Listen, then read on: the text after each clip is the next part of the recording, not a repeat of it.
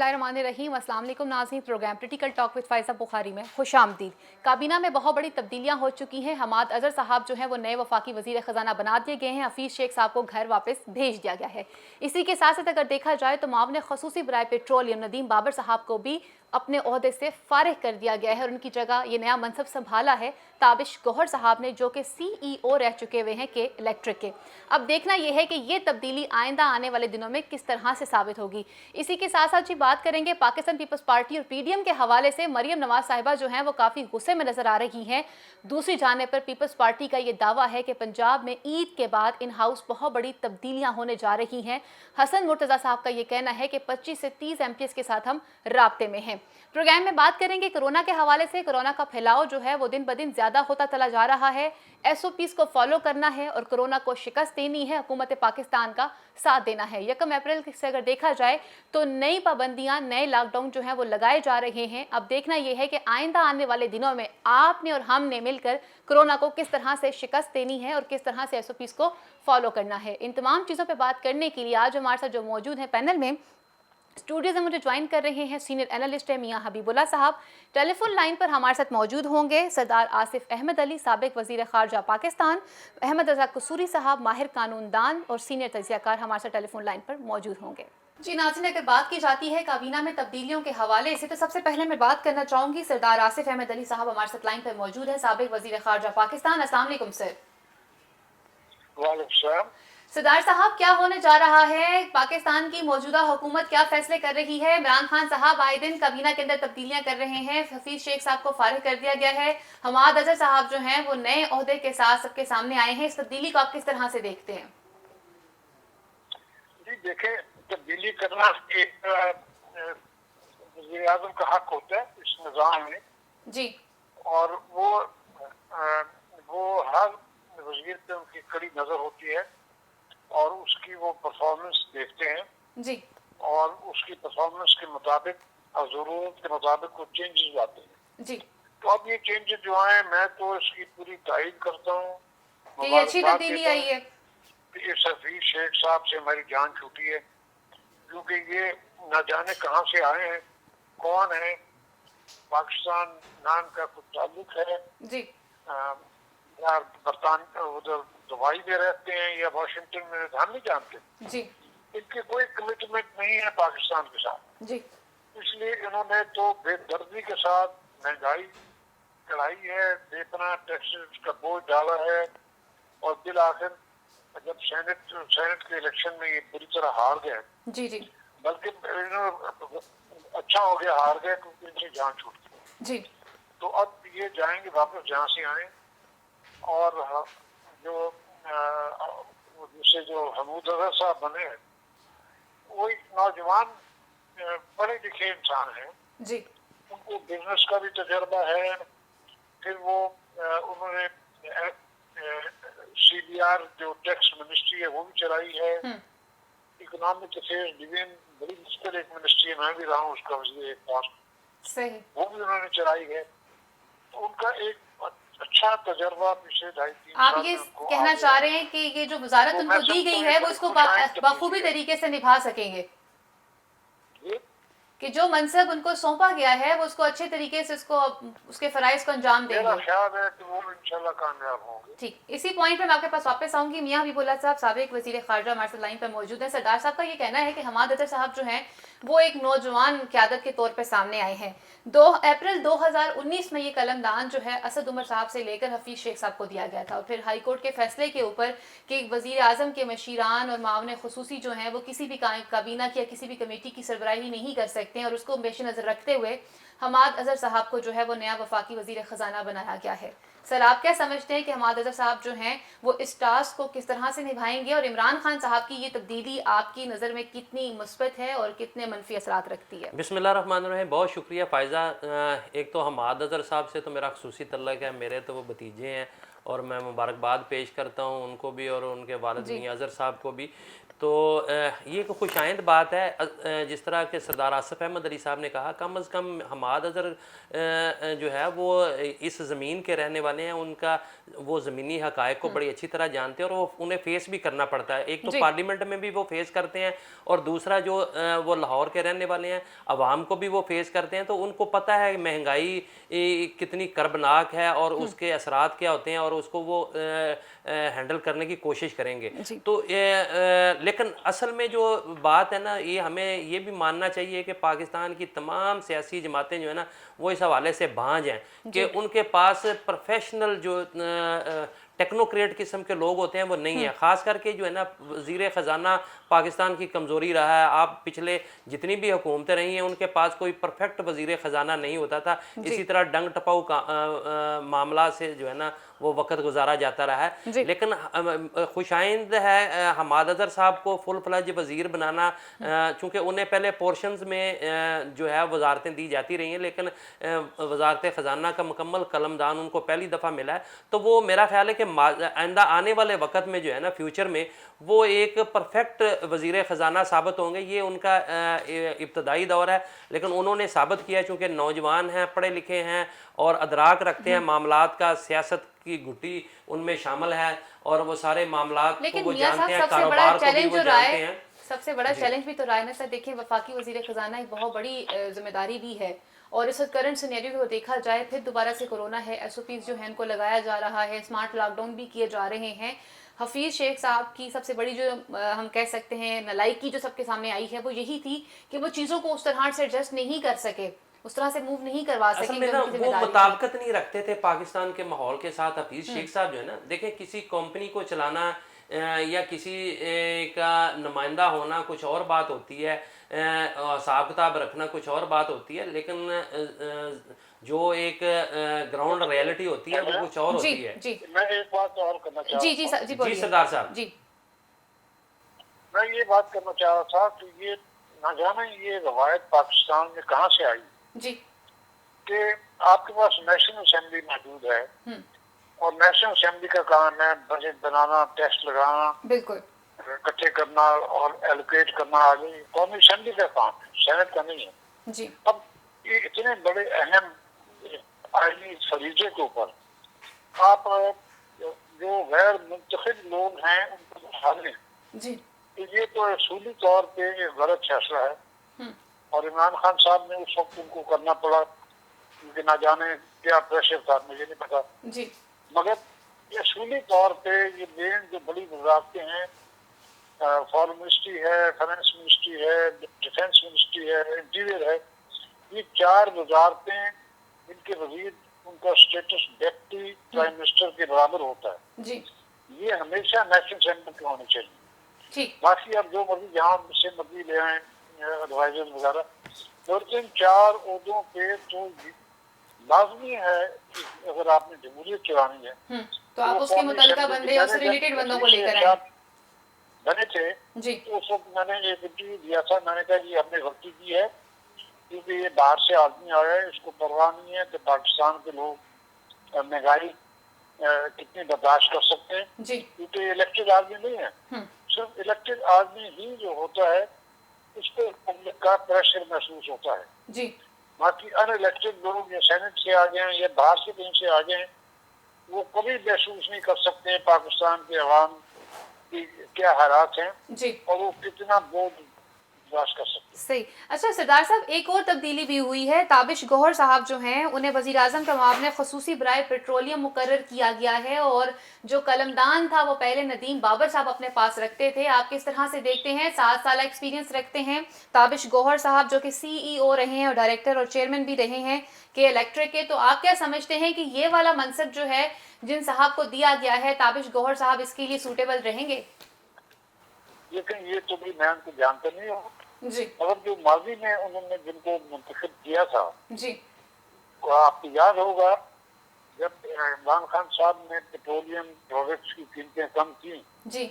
तो सारी कंपनीज ने जितना पेट्रोलियम फ्यूल प्रोडक्ट्स थे वो गायब कर दिए बिल्कुल। और पब्लिक को ब्लैक में बेचा गया। जी। तो ये एक गवर्नमेंट को बहुत बड़ा झटका लगा है उनके एडवाइजर ने, और जितना भी जो ब्यूरोक्रेसी है सेक्रेटरी वगैरह जिनमें। जी तो मैं तो ये चाहता था, वो सब मैंने ये बयान भी दिया था, मेरी गवर्नमेंट है, मैं उस पार्टी का फर्द हूँ एक। मैंने ये मशवरा दिया था कि आप जितनी ये पेट्रोलियम मार्केटिंग कंपनीज हैं जी जिन्होंने ये हरकत की है, इनके लाइसेंसेज अब मनसूख कर दें और सही नए आप कंपनी को दावत दें कि वो आके काम करें। जी क्योंकि इनकी ये जरूरत कैसे पड़ी, कि ब्लैकमेल कैसे करने वो कर की सकते दोबारा हैं कोशिश कि ना हुकूमत होगी। का फैसला हो जी और वो पेट्रोलियम ही गायब कर दें सारा मुल्क में। जी इस तरह तो मुल्क नहीं कर सकता। जी तो अब मैं इस लिहाज से मुतमिन हूँ कि खान साहब ने ये तब्दीली वो लेके आए, और मैं उनकी जानता नहीं जो साहब लगे हैं जी तो कॉर्पोरेट सेक्टर से आए हैं, के इलेक्ट्रिक से आए हैं उनका वो। तजुर्बा होगा, तो अल्लाह करे वो कामयाब हो। जी ठीक, सिद्धार्थ साहब मैं आपके पास इसी पॉइंट पर वापस आऊंगी। मियां हबीबुल्ला साहब, खुसूसी जो लोग हैं वजीर आजम साहब के इर्द गिर्द और जो उनके मशीरान हैं जिनको कुछ कलमदान सौंपे गए थे, जैसे सिद्धार्थ साहब ने कहा कि पाकिस्तान के लोगों का दर्द सिर्फ वही बंदा महसूस कर सकता है जो यहाँ से हो, जिसने रहना ही बाहर है, जिसने आना ही बाहर से है, उसे इस बात से कोई सरोकार नहीं है कि कीमतें कहाँ जा रही हैं, लोगों की बेसिक ज़रूरियात क्या हैं।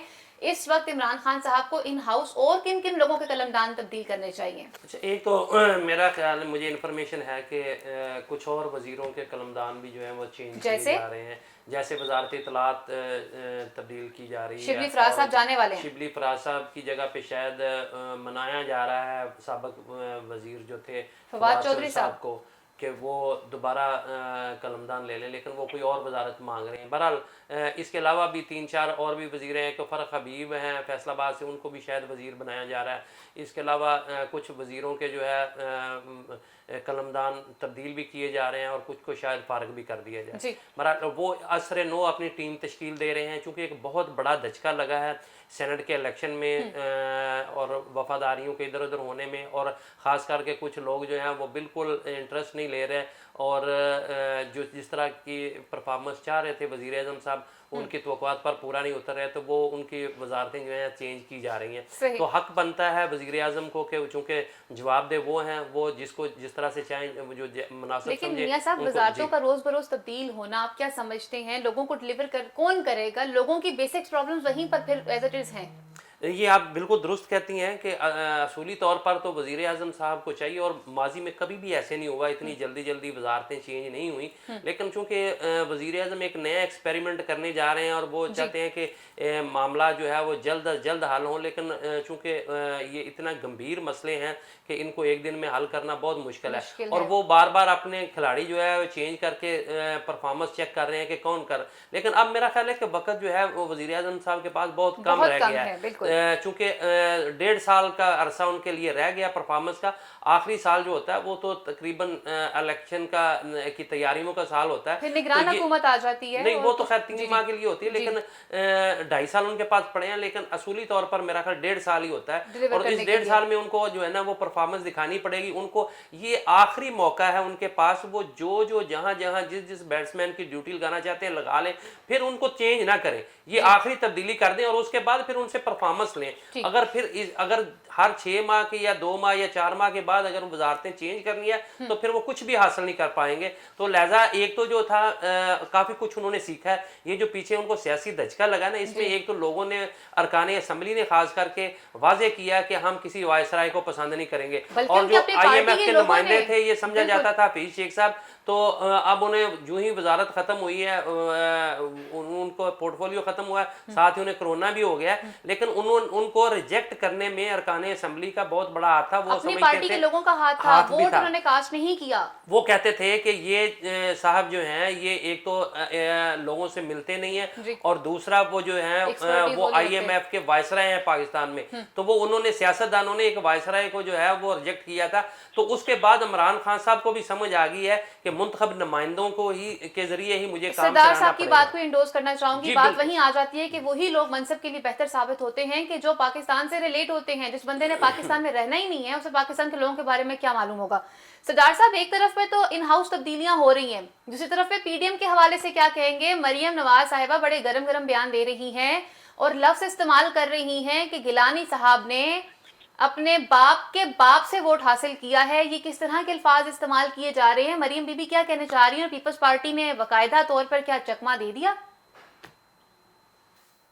ये देखें, ये पीडीएम का जो मामला था, ये मैं इस पे वक्तन फक्तन कैसे भी बात करता रहा हूँ, कुछ जी। आर्टिकल भी लिखता रहा हूँ।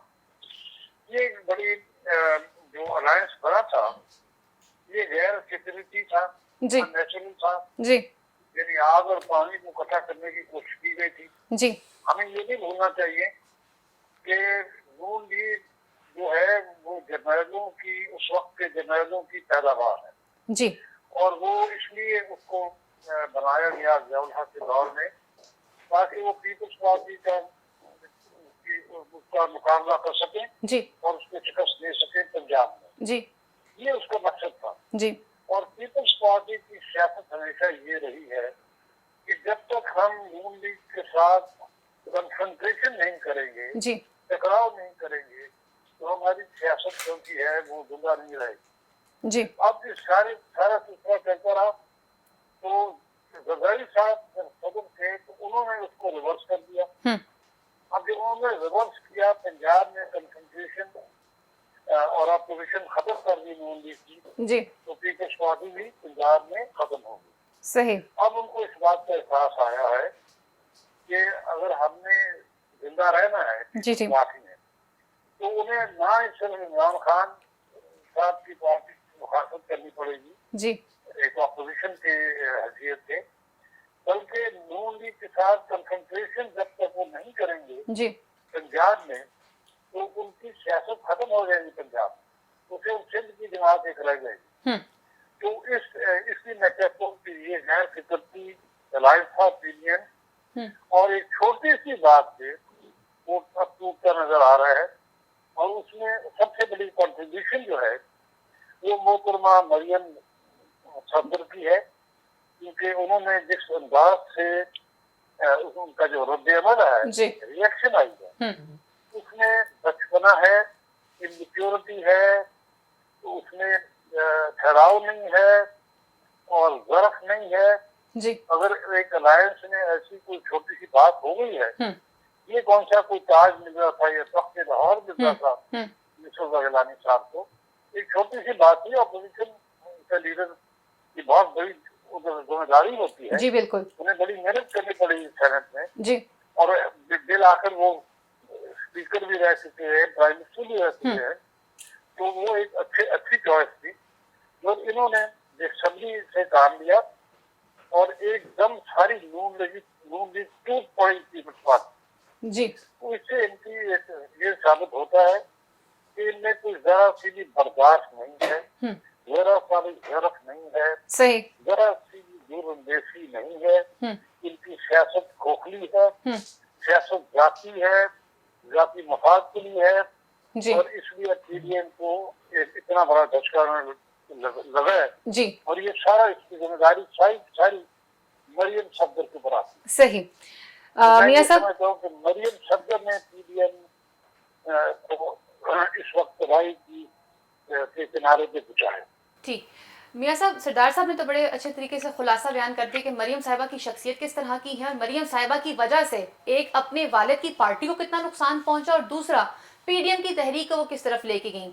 मौलाना साहब एक बड़ा कलीदी रोल अदा कर रहे थे, मौलाना साहब नाराज होकर चले गए। पीपल्स पार्टी, आपने अपने कॉलम में लिखा कि जी मेला लूटने में कामयाब रहे। पीपल्स पार्टी दावा कर रही है कि ईद के बाद इन हाउस पंजाब में बहुत बड़ी तब्दीलियां आने वाली हैं। हसन मुर्तज़ा साहब जी कह रहे हैं कि 25 से 30 एमपीएस जो हैं उनके साथ राब्तों में हैं हम लोग। क्या कहेंगे इस हवाले से? अच्छा फायजा, ये ना पीपल्स पार्टी एक नया चकमा है मुस्लिम लीग नून को। अभी तक तो जो है वो बड़े कामयाबी के साथ उन्होंने जो है सारे मामलात को अपनी तरफ मोड़ लिया और तमाम तरफ फ़ायदे जो हैं वो पीडीएम की सारी तहरीक का जो भी मोमेंटम बना था उसका सारा फ़ायदा जो है वो पीपल्स पार्टी ने उठाया है। और थोड़ा सा जो है कोई खर्चा जो है वो मौलाना फजल रहमान में लेने में कामयाब हुए, लेकिन सारा नुकसान जो उठाया ना वो मुस्लिम लीग नून ने उठाया। अब वो पीपल्स पार्टी मुस्लिम लीग नून को एक नया चकमा दे रही है कि आए हम जो है पंजाब में तब्दीली लेके आते हैं और आप वजारत आला संभालें और ये कमज़ोर एक विकेट है तहरीक इंसाफ की और यहाँ जो है वो खेलते हैं। अब देखना ये कि क्या मुस्लिम लीग नून दोबारा पीपल्स पार्टी के इस चकमे में आती है या वो अपनी राहें जुदा करके सोलो फ्लाइट करती है या वो कोई लेकिन मियां साहब सोलो फ्लाइट करने के लिए भी इंसान के पास वो मटेरियल होना चाहिए जिसके जरिए वो सोलो फ्लाइट कर सके। अक्सर औकात तो आप नहीं कर सकते, टेक ऑफ ही नहीं कर सकते। अच्छा, ये नून लीग एक ना दोराहे पे आके फिर खड़ी हो गई है, वो जीरो से अब फिर उन्होंने स्टार्ट करना है। वो जो पिछली सारी जो एक्सरसाइज थी वो ना खत्म हो गई है और उसमें बहुत ज्यादा नुकसान उठाना पड़ा। अब देखना ये है कि क्या मियां नवाज शरीफ जो है वो कंटिन्यू करवाते हैं मरियम नवाज को या फिर हमजा शहबाज या मियां शहबाज शरीफ को जो है वो आगे लेकर आते हैं, क्योंकि अब एक नया मोड़ आ गया है मुस्लिम लीग नून की सियासत में और अब उन्होंने फिर तय करना है कि क्या उन्होंने जारहाना सियासत करनी है, क्या उन्होंने उसी तरह अदारों के खिलाफ जो है वो अपना बयानिया बरकरार रखना है। मरियम साहिबा की गुफ्तगू तो सुन होगी जो उन्होंने प्रेस टॉक की और इसमें जिस तरह से उन्होंने कहा कि एक सीट की खातिर यूसुफ किलानी साहब ने अपनी हमदर्दियां या पीपल्स पार्टी ने जो काम किया है वो तो नवाज शरीफ साहब वैसे ही दे सकते थे अगर हमने आपको पॉडकास्ट किया है। उनकी मरियम नवाज की सियासत पिट चुकी है, यही इसीलिए मैं कहता हूँ ना कि वो आप एक इसीलिए हमजा शहबाज बाहर आने के बाद चुप है। हाँ, अब देखिए शहबाज शरीफ ने हमजा शहबाज को पीपल्स पार्टी के खिलाफ बयानबाजी से भी रोक दिया हुआ है, मना कर दिया, कोई एक बयान नहीं हमजा शहबाज का आया ये सारी सूरत हाल पर। तो अब देखना यह है कि क्या अगर तो मियां नवाज शरीफ ने कंटिन्यू करवाना है तो फिर तो बेड़ा गर्क हुआ है और आगे भी हो जाएगा। इसका मतलब है वो फिर मुस्लिम लीग नून को दफनाने की कोशिश की जाएगी। लेकिन अगर ये मरियम नवाज को खामोश करवा दिया जाता है और अब असर नो अपनी सब बंदी की जाती है और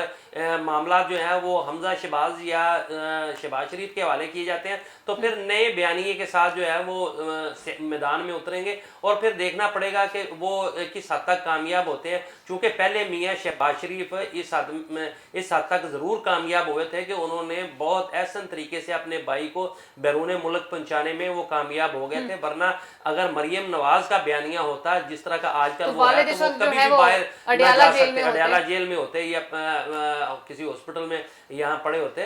तो शहबाज शरीफ इस हद तक कामयाब हुए। अब देखना यह है कि क्या दोबारा फिर उन पर इत्मीनाद किया जाता है या कि नहीं।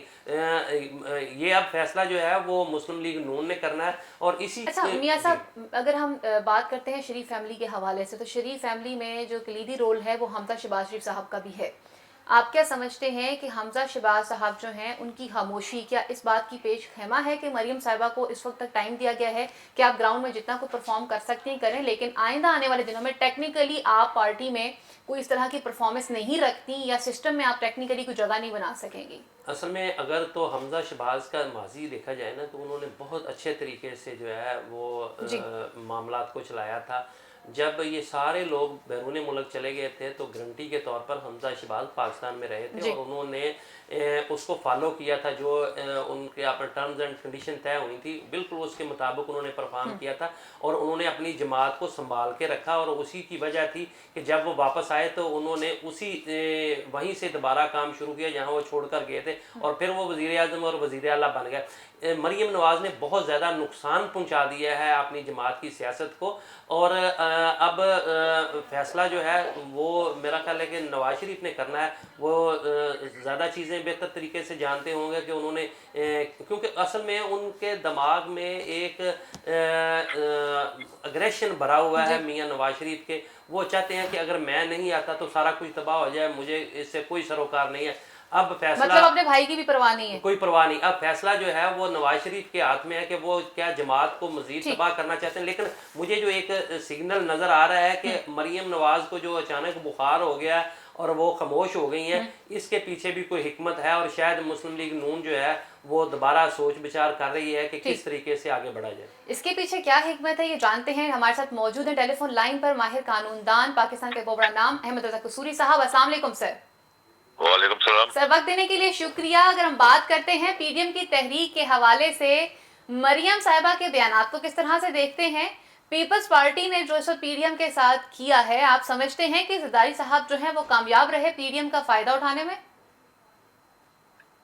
देखिए बात यह है कि मैं तो पिछले 5-6 महीने से जब से ये पीडीएम माज़ वजूद में आई, जी I was constantly because of my political experience was saying कि ये इत्तेहाद ज्यादा देर चलेगा नहीं, जी क्योंकि इसमें कोई कॉमनैलिटी नहीं है, जी कोई इसमें कॉमन फैक्टर नहीं है, जी इसमें अवामुन नास की बेहतरी का कोई आंसर नहीं है कि भाई आप महंगाई के खिलाफ हैं, या मुल्क में जो जॉबलेस सोसाइटी बन गई है, लोगों को नौकरियां नहीं मिल रही हैं, जी जिनको नौकरियां मिल रही हैं उनको ले ऑफ किया जा रहा है। तो आप इन चीजों के जो है इन चीजों को हाईलाइट करने के लिए आप इकट्ठे हो गए हैं, जी तो वो आंसर नजर नहीं आया। आंसर सिर्फ नजर आया कि ये वो लोग हैं जो कि इक्तदार के रसिया हैं, और क्योंकि इक्तदार इनके हाथों से निकल चुका हुआ है बहुत अरसे के बाद, अब ये उस इक्तदार को वापस लेने के लिए ये इन्होंने इत्तेहाद किया है। दूसरा ये है कि ये तमाम चोर चक्के डाकू उन्होंने समझा कि हम अकेले खेले रहे तो हम सारे जो हैं अपने नैब के शिकंजे में आ जाएंगे और वहां से बचना मुश्किल हो जाएगा। लेकिन अगर हम सारे इकट्ठे हो जाएं तो हम एक प्रेशर ग्रुप बना सकते हैं, और प्रेशर ग्रुप बनाकर हम गवर्नमेंट को प्रेशराइज करके कोई एनआरओ का कोई रास्ता बना लेंगे। ये सारी चीजें थी, तो वो जो है वो जो इनकी जो है इत्तेहाद की जो हंडिया है वो तो चुराई में टूट गई जी, कि जनाब लीडर ऑफ द ऑपोजिशन भी जो है वो भी सिलेक्टेड हो गया, यानी वो भी गवर्नमेंट के वोटों से बना। जो बंदा गवर्नमेंट के वोटों से लीडर ऑफ द ऑपोजिशन बना वो अपोजिशन की क्या आवाज उठाएगा, इसलिए तो मरीम साहबा कह रही थी कि अपने बाप से वोट लिया उन्होंने, क्या बात करेगा वो, गवर्नमेंट की पॉलिसी फेलियर पर क्या बात करेगा, वो तो अपना उसके मुंह में तो घूमने पड़ी हुई है। सो ये जो है ये इख्तलाफ जो है पीपल्स पार्टी और अपना पीएमएल के दरमियान वो बड़ा वाज़ेह तौर पर इनके जो सेकंड लाइन लीडरशिप उनके प्रेस कॉन्फ्रेंसेस भी हुई हैं, उसके बाद ये नजर आता है कि ये इनका कहीं पैचअप होता हुआ नजर नहीं आता। सही। अच्छा कसूरी साहब, एक और बड़ी बात की जा रही है पाकिस्तान पीपल्स पार्टी की जानिब से कि पंजाब के अंदर ईद के बाद इन हाउस बहुत बड़ी तब्दीलियां होने जा रही हैं, और हसन मुर्तज़ा साहब का ये कहना है कि 25 से 30 एमपीएस जो हैं उनके साथ हमारे राब्ते हैं। क्या समझते हैं वाकई में पाकिस्तान पीपल्स पार्टी जो है या जरदारी साहब जो हैं, जिनसे कभी भी कुछ भी उम्मीद किया जा सकता है कि वो सियासी तौर के ऊपर ऐसे काम करके दिखा देते हैं कि जो पॉसिबल भी नहीं होते उस वक्त पे, तो क्या वाकई में पीपल्स पार्टी जो है वो ईद के बाद कोई बड़ी तब्दीलियां कर सकती है पंजाब में? जी मेरा नहीं ख्याल कि ज्यादा बुज़दार को अगर उसके खिलाफ कोई मुस्तैद हो जाएंगे तो वो जो है अपना पीटीआई और उसके साथ जो अपना पीएमएल-क्यू है और एक आदमी कोई और कोई इंडिपेंडेंट वाला है वो बनाकर उनकी बड़ी कंफर्टेबल मेजॉरिटी है, तो उसमें कोई ना कोई सेकंड बंदा जो है वो सामने आ जाएगा और वो वोट ऑफ कॉन्फिडेंस लेकर पंजाब का चीफ मिनिस्टर बनेगा। अगर ये समझते हैं कि ये जो अपना जो मूव कर रहे हैं वोट ऑफ नो कॉन्फिडेंस का, उसमें they will be the beneficiary, no they will not be beneficiary. इसका बेनिफिशियरी तो फिर जो सेकंड लाइन में खड़ा हुआ है पीटीआई के अंदर ही, वो शाह महमूद कुरैशी भी हो सकता है, वो कोई और भी हो सकता है, उस ऐसे लोगों की इसको एक अपॉर्चुनिटी मिल जाएगी जब ये चीफ मिनिस्टर पंजाब का स्लॉट खाली हो जाता है। जी कसूरी साहब, मैं इसी पॉइंट पे आपके पास वापस आती हूँ। मियां हबीबुल्लाह साहब, कसूरी साहब ने जिस तरह की बातें की आप उनको किस तरह से देखते हैं? सेकेंडली सीएम साहब जो हैं वो तब्दील हो जाएंगे, उस्मान बुज़दार वो शख्सियत हैं, इमरान खान साहब बारहा दफा उनकी वजह से तनकीद बर्दाश्त करते रहे हैं और कर भी रहे हैं, और उन्होंने कहा कि उस्मान बुज़दार को उसकी जगह से कोई नहीं हटा सकता। देखिए जी, जब तक इमरान खान साहब चाहते हैं बुज़दार साहब जो हैं वो वज़ीर आला पंजाब रहेंगे, और अपोजिशन में इतनी हिम्मत और ताकत नहीं है कि वो जो है उस्मान बुज़दार साहब को जो है वो फारग करवा सके, उनके खिलाफ अदम एतमाद कर सके। अलबत्ता अगर जब भी उस्मान बुज़दार साहब ने फारग होना है तो वो इमरान खान साहब की मर्ज़ी के साथ होना है, और वो अभी तक नहीं चाहते कि उस्मान बुज़दार जो है वो फारग हों और या उनकी जगह किसी और को वज़ीर आला बनाया जाए। तो ये सारा सरासर जो है ये एक नए किस्म का चकमा है, ट्रक की बत्ती के पीछे लगाने की कोशिश की जा रही है नून लीग को कि आए छोड़ें, चूँकि वो चाह रहे हैं कि पीपल्स पार्टी जो है वो सेनेट में चेयरमैन सेनेट के खिलाफ अपोजिशन की जो है वो अदम एतमाद की तहरीक लेकर आए, और उन्होंने एक नई राह दिखा दी, एक नया पत्ता फेंका है पीपल्स पार्टी ने कि नहीं आए, ये कमज़ोर विकेट है, इसको गिराते हैं। तो वो उलझाना चाहते हैं मुस्लिम लीग नून को, चूँकि यहाँ उनकी एक अक्सरियत है, और वो उन्होंने एक ऐसा तुरब का पत्ता फेंका है पीपल्स पार्टी ने कि अगर वो पंजाब में तहरीक अदम एतमाद की तरफ नहीं आते तो फिर पीपल्स पार्टी ये साबित करने में कामयाब हो जाएगी कि मुस्लिम लीग नून को एक्सपोज कर देगी कि जी ये देखें ये इंटरेस्ट ही नहीं रखते, ये मतलब जरदारी साहब उन्हें एक और तरीके से मात देने की कोशिश कर रहे हैं। तो वो हर दो सूरतों में जो है वो डैमेज करना चाहते हैं मुस्लिम लीग नून को। अब देखना ये है कि क्या मुस्लिम लीग नून जो है वो पंजाब में कोई ऐसी एक्सरसाइज करती है या नहीं करती, ये उन पर मुनहसर है। लेकिन मेरा नहीं ख्याल कि जिस नहज पर मामला पहुंच चुके हैं, मुस्लिम लीग नून जो है दोबारा पीपल्स पार्टी पर इतमाद करेगी और उनके साथ आगे चलेगी। मेरा राहें जुदा हो चुकी हैं। अब अच्छा, बिलावल साहब ने मुलाकात भी तो की है जमात इस्लामी साहब के अमीर से, शाजुल हक साहब से मुलाकात हुई है उनकी। ये मैं असल में ये सियासत है, मैं इसे समझता हूँ कि ये एक बड़ा ब्रेक थ्रू था पीपल्स पार्टी के लिए। चूँकि आप अगर हिस्ट्री निकाल के देख लें तो मौलाना मौदूदी साहब और जुल्फ़िकार अली भुट्टो के साथ एक किस्म की दुश्मनी थी, और जमात इस्लामी जो है वो उन्होंने कहते हैं कि बुनियादी कलीदी रोल अदा किया था भुट्टो के खिलाफ तहरीक चलाने में और भुट्टो को फांसी दिलवाने में। तो अब अगर पीपल्स पार्टी जो है वो उनके घर चली गई है और उन्होंने जमात इस्लामी ने उनको वोट भी दे दिया है, तो इसका मतलब है कि अब तावन की एक नई फजा जो है वो कायम हुई है। और ख़ास करके जमात इस्लामी में ये तब्दीली आना, ये बहुत, क्योंकि वो एक नजरियाती जमात है, ये एक बहुत बड़ा ब्रेक थ्रू है सियासत में। कसूरी साहब, आप इस चीज़ को किस तरह से देखते हैं और आपका तजिया क्या कहता है कि जमात इस्लामी और पाकिस्तान पीपल्स पार्टी का इत्तेहाद जो है, क्या ये एक बहुत बड़ी तब्दीली सामने ला सकता है? और बिलावल साहब ने जो एक ये कदम उठाया है सियासी तौर पर, आप इस कदम को किस तरह से देखते हैं? देखें, ये जितने भी हैं अपना जमात इस्लामी और बाकी मजहबी पार्टियां, ये अगर इनकी कुछ 70 साल की पाकिस्तान की पार्लियामेंट्री तारीख पर निगाह दौड़ाएं तो इनकी कभी 3-4 से ज्यादा इनकी सीटें कभी नहीं आई।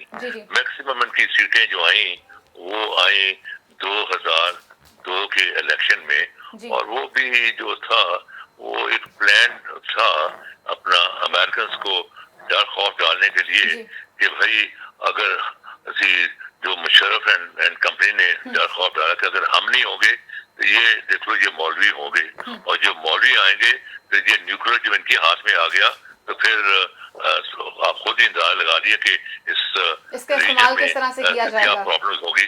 तो अमेरिकन ने कहा नहीं, फिर तुम ही रहो उसी थी इनको।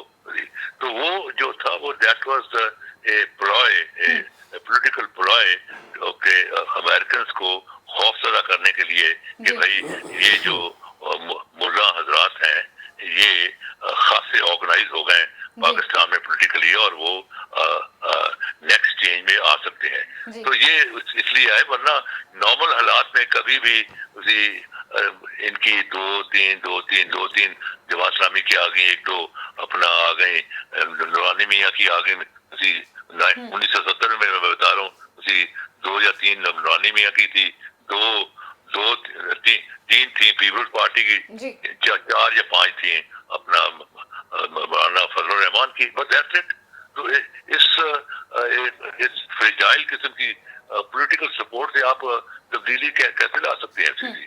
मुझे तो नजर नहीं आता। सही, लेकिन पाकिस्तान मुस्लिम लीग नून को ये बात वैसे हजम नहीं हुई जब बिलावल साहब ने मुलाकात की थी जमात इस्लामी के अमीर से। देखिए, बात ये है कि ये तो मैं जरूर कहूंगा कि जो ऐवान इक़्तिदार है वहाँ डेफिनेटली एक हिलजुल है, और ऐसी हिलजुल है जिससे अगर उसको गवर्नमेंट ऑफ द डे ने उसको सक्सेसफुली और इंटेलिजेंटली हैंडल ना किया तो इनके हाथ से गेम जा भी सकती है। और ऑलमोस्ट जो है लोग अब ये समझे बैठे हैं कि ये जो सिस्टम है इट्स अ कंप्लीट फेलियर। ये ना लोगों को सस्ती रोटी दे रहा है, ना लोगों को जॉब दे रहा है, ना लोगों को लॉ एंड ऑर्डर की को इज्जत नफ्स दे रहा है। उसी एक काफिल बालूकी है, लोग बच्चे को पानी में फेंक रहे हैं, उसे उनको तेल डाल के जला रहे हैं। क्या ये पाकिस्तान था? ये कायदे आजम का जो था पाकिस्तान के लिए सर्टनली नॉट। पाकिस्तान का तस्वर कायदे आजम के जहन में कुछ और था, लेकिन इन बदमाशों ने उस तस्वर को कभी अंडरस्टैंड करने की जरूरत ही नहीं की। नतीजा ये है कि अब आप उस स्टेज पर आ गए हैं कि मुझे ये निजाम चलता हुआ नजर नहीं आता। मुझे ये चंद महीनों में ये पूरा निजाम जो है like house of cards collapse होता हुआ नजर आता है। और जब क्लैप्स हो जाएगा तो उसके बाद फिर यहाँ कोई 90 दिन में इलेक्शन नहीं होंगे, फिर 3 साल बाद होंगे। और 3 साल के अंदर दो तीन चीजें होंगी। एक तो बेरहमाना इंतजाम, number 1, number 2 presidential form of government, number 3 छोटे सूबे और ये लिसान और सकाफत की बुनियाद पर बनाए हुए हैं, इनको खत्म किया जाएगा क्योंकि ये जहर कातिल है। बिल्कुल, इनको खत्म होना चाहिए। कहते हैं कि ये लिसानी जो सकाफती जो फर्क डाल देते हैं, ये पाकिस्तान एटॉमिक बैंक बॉम्ब की हैसियत भी रखते हैं। ठीक है, बहुत शुक्रिया कसूरी साहब वक्त देने के लिए। Thank you so much. Mian Abdullah Sahab, Kasuri साहब ने बड़ी खूबसूरती से बता दिया कि आइंदा आने वाले दिनों के अंदर क्या क्या तब्दीलियां हो सकती हैं और किन किन चैलेंजेस का सामना रहेगा। बहुत मुख्तसर है, कुछ कोरोना के हवाले से बात करना चाहूँगी आपसे। कोरोना का फैलाव बहुत ज़ोर शोर से जारी है। पाकिस्तान के सदर वो भी कोरोना का शिकार हो चुके हैं, परवेज़ खटक साहब वो भी हो चुके हैं, और आज हफीज़ शेख साहब हैं, उन्हें भी कोरोना हो चुका हुआ है। SOPs जो हैं उनके तहत रमज़ान मुबारक के अंदर मसाजिद को खुला रखने का हुक्म दिया गया है। सऊदी अरब में बाकायदा तौर के ऊपर ये कर दिया गया है कि जी जो एहतिकाफ़ है उस पर भी बाकायदा तौर पर पाबंदी होगी, कोई इकट्ठी गैदरिंग नहीं होगी, अफ्तारी नहीं होगी। 1 अप्रैल से SOPs लगाए जा रहे हैं, क्या कहेंगे आप इस हवाले से? पाकिस्तान में जी ये नई लहर बड़ी शिद्दत के साथ आई है और इसके मरीजों में बहुत ज़्यादा इजाफा हुआ। जब ये पाकिस्तान में शुरू हुआ था कोरोना, बिल्कुल हम उस स्टेज पर वापस पहुंच गए हैं और अगर हमने जो है उसी तरीके के इकदाम ना किए तो ये बहुत ज़्यादा फैल सकता है। अभी हॉस्पिटल तमाम भर चुके हैं। हमें बड़ी अक्लमंदी से और होशमंदी के साथ इन हालात से निमटना चाहिए और आवाम के ताउन के बगैर ये मुमकिन नहीं है। आवाम ज़िंदगी है तो सारा कुछ है। आवाम को चाहिए कि कुछ अरसा के लिए अपने आप को महदूद करें और जो SOPs उन्होंने कोरोना के शुरू में इख्तियार किए थे वो दोबारा उन्हें इख्तियार करने चाहिए और इसी तरीके से हम निपट सकते हैं। वरना पाकिस्तान जो है वो किसी सूरत में खान साहब ने आपकी दफ़ा भी मियाँ साहब उस तरह प्रॉपर लॉकडाउन का ऐलान नहीं किया। 6 बजे तक जो है वो कारोबारी मराकज़ जो है वो खुले रह सकते हैं, लेकिन सोशल डिस्टेंस को और SOPs को फॉलो करने के साथ। देखें, 2 चीज़ें हैं। अगर तो आवाम ने जो SOPs को फॉलो ना किया तो फिर सख्त किस्म का लॉकडाउन करना पड़ेगा और एक किस्म का कर्फ्यू लगाना पड़ेगा।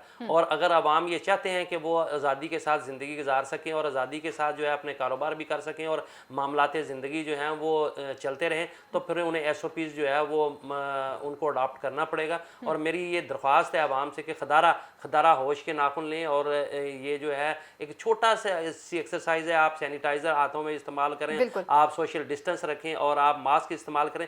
ये 3 छोटे छोटे से टोटके हैं, अगर आपने इस पर अमल दरामद कर लिया तो हम सारे बच जाएंगे। वरना जो है वो पाकिस्तान में कोरोना की वजह से बहुत बड़ी तबाही आ सकती है। बिल्कुल खूबसूरत बात की है और इस बात में कोई शक नहीं है कि हम सबको मिलकर इस वक्त हुकूमत पाकिस्तान का साथ देना पड़ेगा और दीन के मुताबिक अगर देखा जाए तो हमें इन तमाम चीज़ों को फॉलो करना पड़ेगा कि जो इस वक्त हुक्म खुदाबंदी भी है। आइंदा आने वाले दिनों के अंदर हम सब ने मिलकर ये अहद करना है कि हम SOPs को फॉलो करेंगे, सोशल डिस्टेंस को अपनाएंगे और कोरोना को शिकस्त देंगे। अगले प्रोग्राम तक के लिए अपनी मेज़न फ़ाइज़ा बुखारी को मेरे मौजूद पैनल को इजाज़त दीजिए। अल्लाह नेगेबान, पाकिस्तान जिंदाबाद।